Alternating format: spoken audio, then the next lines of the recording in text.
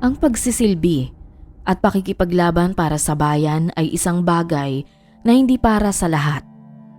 Madaling sabihin ngunit kaunti lang ang kaya itong patunayan na katulad ng mga sundalong totoong lumalaban sa mga digmaan.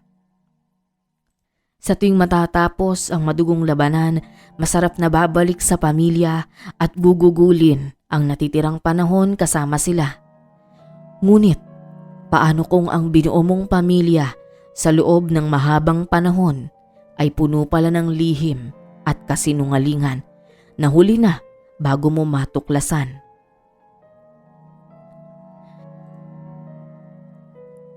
Tubong Pangasinan ang veteranong sundalong si Sergeant Gregorio Dumlao, 57 taong gulang. Matagal nang nagsisilbi sa Philippine Army. Taon ang binilang bago siya tuluyang nakabalik sa tahimik na pamumuhay matapos ang mahabang serbisyo sa Mindanao. Katuwang niya sa buhay ang kanyang asawang si Josefina, 55 taong gulang at isang guro. Kasama ang kanilang 4 na anak na pawang nasa hustong gulang na. Para sa mga kapitbahay, isa siyang huwarang ama at asawa. Disiplinado, masinop at laging maaasahan. Kapag may problema sa kanilang lugar at siya ay naroon, agad siyang malalapitan. Marami nga ang humihiling na tumakbo ito sa politiko, ngunit ayaw ni Gregorio sa magulong mundo ng politika. Para sa kanya, madali lang magsilbi kung taos ito sa iyong puso at hindi mo kailangan ng posisyon o kapangyarihan para makatulong sa iba. Kahit pamalayo ay malapit ang kanyang loob sa kanyang mga anak. Hindi siya pumapalya sa pagpaparamdam ng kanyang presensya kahit pa nasa malayo ito. Kabaligtaran naman ang kay Josefina. Kahit pa kasama nito ang mga anak, ay tila malayo ang loob ng mga ito sa kanya dahil laging walang oras at sobra ang pagka-istrikto nito sa kanyang mga anak. Si Gregorio, bagamat tahimik lang, ay hindi pa rin nawawala sa kanyang isipan ang alaala ng digmaan. Sa tuwing nakaupo siya sa kanilang balkonahe, bumabalik sa kanya ang ingay ng putukan, ang mukha ng mga kasamahan niyang hindi na nakabalik at ang bigat ng responsibilidad na minsang isinukbit niya sa balikat. Para kay Gregorio, ang pinakamahalagang kayamanan niya ay ang apelyido. Malinis, marangal at walang bahid. Masaya siya sa pag-aakalang buo ang kanyang pamilya. Madalas niyang ikwento sa mga kapitbahay kung paano niya itinaguyod ang kanyang tahanan, kung paanong ang disiplina sa militar ay dinala rin niya sa pagpapalaki ng kanyang mga anak. Ngunit sa mga simpleng araw, may mga sandaling napapaisip ito dahil sa mga kumakalat na bulungan na kumukwestiyon sa pagiging tunay nitong ama sa mga bata. Pinipili niyang wag bigyan ito ng mali siya. May mga bulong mula sa kapitbahay, mga biro at usapan sa kanto na ang dalawa sa kanyang mga anak ay tila kahawig ng ibang lalaki. Noong una ay ayaw niya itong pakinggan, ngunit dahil sa pagkabagabag ay sinubukan itong lumapit sa isang dating kakilala para sa payo nito. Iminungkahi ng kakilala na isagawa ang isang sikretong DNA testing upang makumpirma ang mga haka-haka at magkaroon siya ng kapayapaan. Pumayag si Gregorio sa procedure kahit pasigurado ito sa kanyang sarili na kanya nga ang 4 na anak na pinalaki nito. Palihim na kumuha ng DNA sample si Sergeant Gregorio sa kanyang mga anak. Ang mga sample na ito ay ipinadala sa isang kilalang DNA sampling laboratory sa Maynila. Ilang linggo ang lumipas bago bumalik ang resulta. Ngunit nang dumating ito at nang makita niyang nakasulat, para bang biglang lumamlam ang mundo sa kanyang harapan. Malinaw ang nakalagay, hindi lahat sa kanyang itinuring na anak ay mula sa kanya. Hindi siya agad nakapagsalita. Tahimik lamang siyang nakaupo habang paulit-ulit na binabasa ang papel. Umaasang Nagkamali lang ang pagsusuri. Ngunit malinaw at formal ang dokumento. Walang pagkakamali. Dalawa lamang ang tunay niyang kadugo. Ang dalawang pinakabata ay hindi kanya. Dahan-dahan, nagsimulang mag-ugnay ang mga piraso ng matagal ng mga bulong at biro ng mga kapitbahay. Ang mga ngiti ni Josefina, ang kakaibang pagtingin nito sa kanilang kumpare na si Edgardo Mejia, ang palagi nitong pagbisita sa kanilang bahay. Lahat yun ay biglang nagkaroon ng malinaw na kahulugan. Matagal nang nagtataksil sa kanya si Josefina at si Edgardo mismo ang ama ng dalawang bata. Ngunit sa halip na kumprontahin agad, pinili ni Gregorio na manahimik. Hindi niya ipinakita ang bigat ng kanyang nalaman. Sa halip, gaya ng isang sundalong nagbabantay sa dilim, sinimulan niyang obserbahan ang kilos ng asawa at ng kanyang matagal ng pinagkakatiwalaang kumpare. At sa bawat araw na lumilipas, lalo niyang nakikita ang mga titig, ang mga kilos at ang mga senyales na matagal na niyang hindi pinapansin. Sa kanyang dibdib, unti-unting namuo ang galit. Isang apoy na tila nagbabadya ng sariling digmaan. Sa mga sumunod na linggo, hindi na naging tahimik ang mga gabi ni Gregorio. Sa tuwing ipipikit niya ang mga mata, paulit-ulit na bumabalik ang mga larawan ng resulta ng DNA test. Mga letrang tila nakaukit sa kanyang isipan. Patunay na hindi kanya ang dalawang anak na matagal niyang inaruga.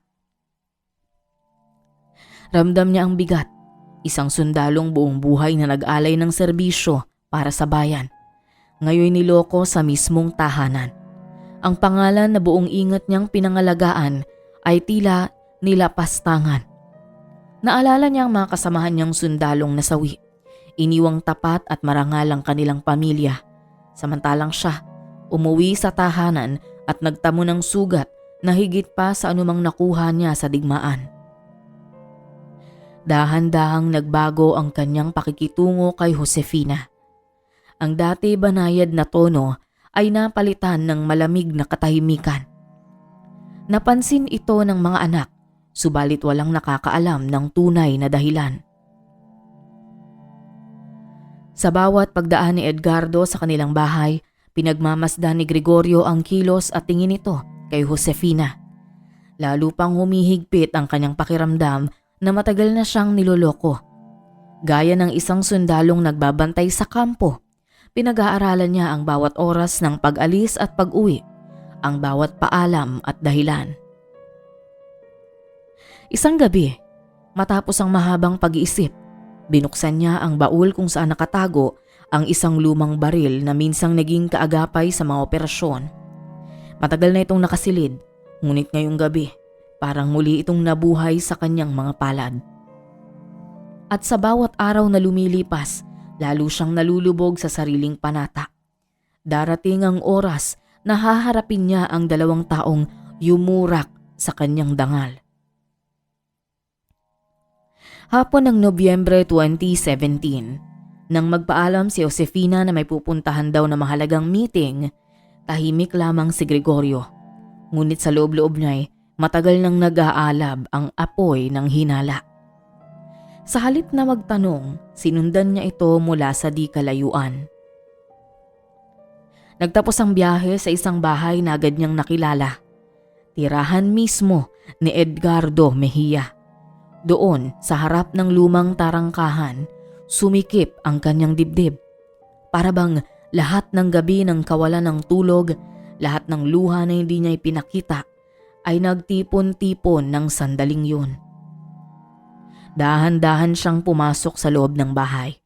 Abala sila, Josefina at Edgardo, tila walang pakialam sa mundong nasa paligid nila. Para kay Gregorio, yun na ang patunay na matagal na siyang ginawang tanga. Saksagsagan ng mainit na eksena sa pagitan ng kanyang asawa at ni Edgardo ay mabilis siyang naglabas ng baril mula sa kanyang jacket. Ang malamig na bakal ay muling naging kaagapay niya. Ngunit ngayon, Hindi sa laban sa bayan, kundi sa laban ng kanyang sariling dangal.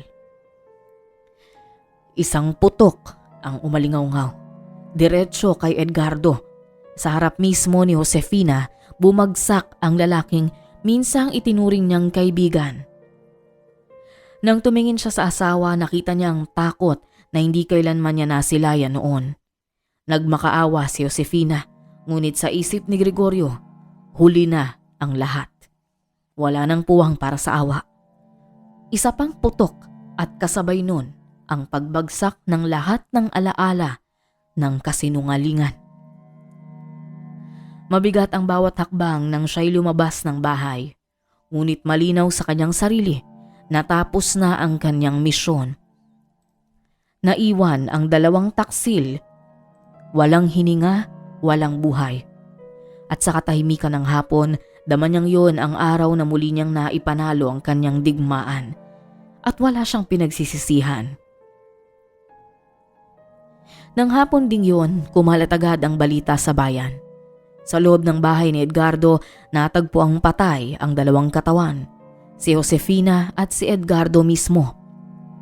Malinaw ang mga tama ng bala, malinaw rin ang mga ebidensyang naiwan. Ang baril na ginamit ay madaling matrace, dating nakarehistro kay Gregorio noong nasa serbisyo pa siya, at ang mga saksi sa paligid nakapansin ng presensya niya sa lugar ilang sandali bago marinig ang mga putok. Hindi na kailangan ng mahabang paghahanap. Kinagabihan, kusang lumapit si Gregorio sa pinakamalapit na presinto. Walang pagtutol, walang pagtakas. Para bang matagal na niyang inaasahan ang oras ng pag-aresto. Tahimik siyang sumama, hindi na nagbigay ng paliwanag. Sa loob ng selda, walang bakas ng pagsisisi sa kanyang mukha. Ang mga anak niya ay dumalaw. Iba-iba ang reaksyon. May galit, may luha, may halong pagkalito. Hindi nila may paliwanag kung paanong ang isang amang itinuring nilang huwaran ay biglang naging isang kriminal. Isinampa laban sa kanyang 2 kaso ng pagpaslang. Mabilis ang naging usad ng kaso. Sinimula ng unang hearing noong Marso 2018. Sa korte, ang pangalan niyang minsang puno ng dangal ay ngayon nakalista bilang akusado. Marami ang naging bulong-bulungan, ngunit marami ang nakisimpatya sa kanya. Sa pagdinig, iniharap ng abogado ni Gregorio ang buong kwento. Detalyado niyang ipinaliwanag kung paanong sa isang simpleng medical test natuklasan ang katotohanan. Kung paanong sa mga sumunod na araw ay dahan-dahang nadurog ang tiwala ng sundalo. At kung paanong nahuli nitong magkasama ang asawa at kumpare. Hindi tinanggi ni Gregorio ang pamamaril. Sa halip, buong linaw niyang inamin ang lahat. Kita kay Gregorio ang tapang ng isang sundalong marami ng pinagdaanan. Pinakinggan ng korte ang lahat. Pinag-aralan ang mga ebidensya. Sinuri ang testimonya at tiningnan ang pinagmulan ng galit. Hanggang sa tuluyang lumabas ang pasya. Mula sa kaso ng pagpaslang ay ibinaba ito sa crime of passion na may mas mababang sentensya. Sinintensyahan si Gregorio ng hindi bababa sa 3 taong pagkakakulong. Naging mabigat ang lahat para sa mga anak ni Gregorio. Hindi nila agad matanggap kung bakit kinailangang umabot sa ganoon ang lahat. Nangulila sila sa kanilang ina at amang nakapiit sa bilangguan. Naghinagpis, ngunit kalaunan ay naunawaan nilang biktima rin ang kanilang ama ng pagtataksil. Imbis na lumayo ang loob ay naging madalas ang pagbisita ng mga ito sa kanya hanggang sa makalaya ito. Nalaman man ng 2 sa kanyang mga anak na hindi nila kadugo si Gregorio ay walang nagbago. Itinuring pa rin nila ito bilang tunay na ama. Sa huli, sa kabila ng mga sugat na iniwan ng trahedya, nanumbalik ang kapayapaan kay Gregorio. Hindi na ibalik kay Gregorio ang mga taon ng pagtitiwala o ang imahe ng pamilyang pinangarap niya. Ngunit sa kabila ng lahat, nanatili siyang nakatindig. Ang sugat ng pagtataksil ay mananatili. Subalit ang kanyang dangal na pinakapundasyon ng kanyang pagkatao ay hindi kailanman mawawala sa kanya.